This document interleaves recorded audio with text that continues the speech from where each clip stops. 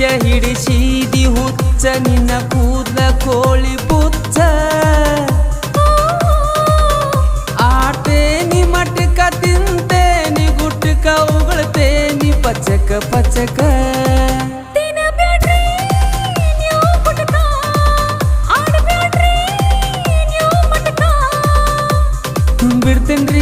ಬಿಡ್ತೇನ್ರಿ ನಿಮ್ಮ ಸಲುವಾಗಿ ಬಿಡ್ತೇನ್ರಿ ನೀವ ನನ್ನ ಲವರ್ ನಿಮ್ಮ ತಮ್ಮನ್ ತಲೆ ಕಾಲ್ಮರಿ ಏನರ ಮಾತಾಡ್ತಿ ಬಾರ ಬಾರ ಬಾರ ಬಾರ ಹಿಂಗ್ಯಾಕ ಓಡಾಡ್ತಿ